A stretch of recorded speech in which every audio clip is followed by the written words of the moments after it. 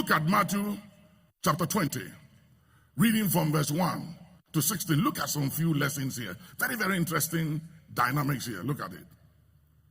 For the kingdom of heaven is like unto a man that is an household, which went out early in the morning to hire laborers into. Underline the word early in the morning. Different rules. You have to look at it. Look at it. And when he had agreed with the laborers for a penny a day, he sent them into the vineyard. So the first laborers, he had a deal with them. Say a deal. A contract with them. They signed a deal. I don't like that one. I don't like the deal one. I don't like the contract one. I like and I love the 11th hour miracle. I want to be among the 11th hour workers. Are you hearing me, somebody? But to be among the 11th hour workers, it takes some endurance. It takes some inner tenacity. It takes some audacity. It takes some attitude. Are you hearing me, somebody? It takes some staying power. Say, I hear you. Go ahead. And he went out about the third hour and saw others standing idle He in the went marketplace. about what? The third hour. After the first, he went the third. Watch it, follow it. And he said unto them, Go ye also into the vineyard, and whatsoever is right, I will give you. So these ones too, he agreed with them. He had a deal with them. He said, you go in, work, and whatsoever is right, I will give you.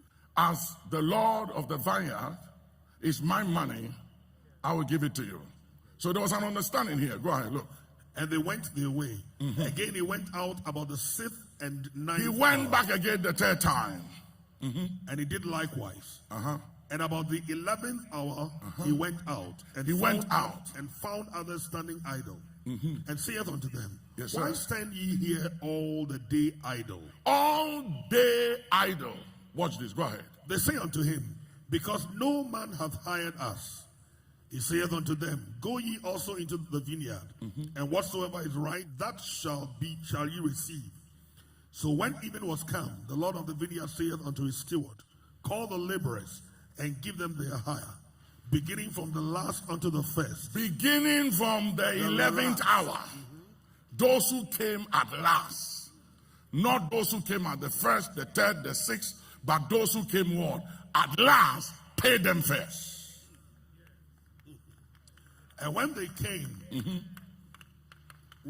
that were hired about the 11th hour, they received every man a penny.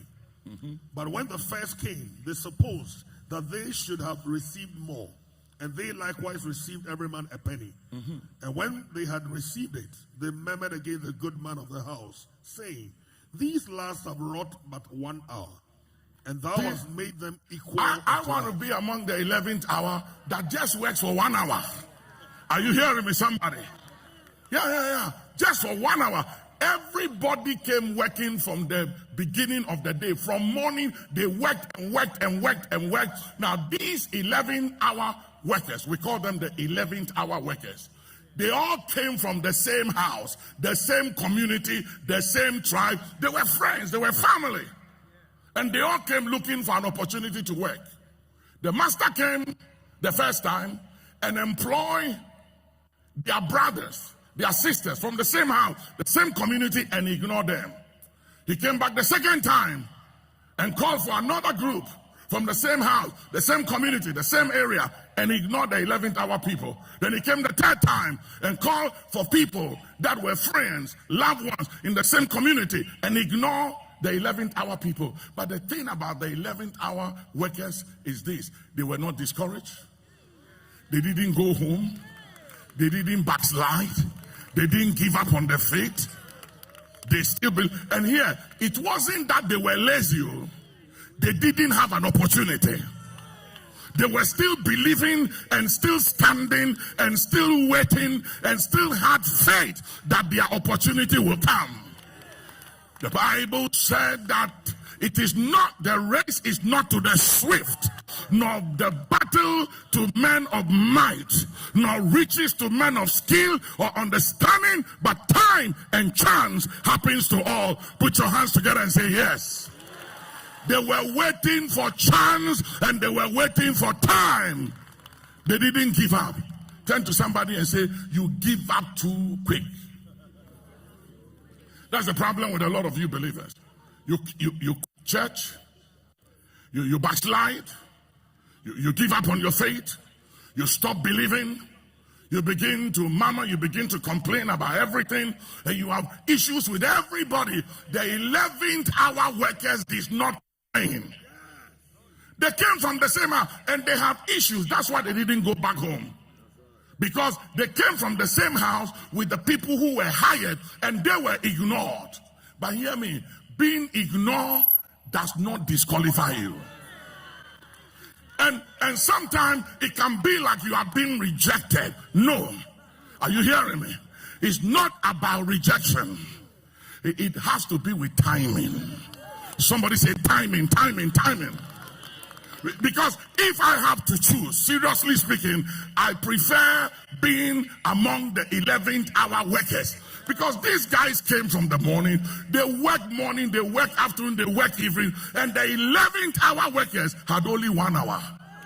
They had only 1 hour to make an impact, 1 hour to make a difference, 1 hour to do something with their time, and within 1 hour, like a moment, they were able to turn their situations around, and they worked within the 1 hour that the master said, you know something?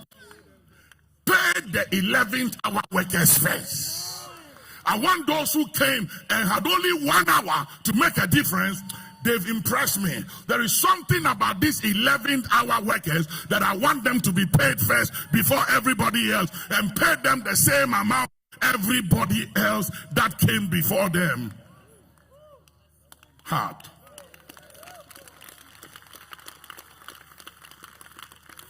Now watch it.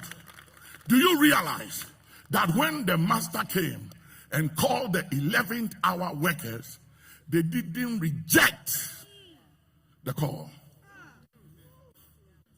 They could have said, it's too late.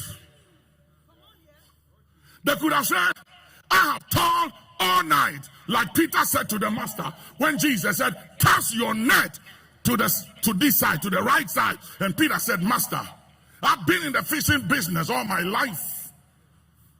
I know where the fishes are. We've toiled all night and had nothing.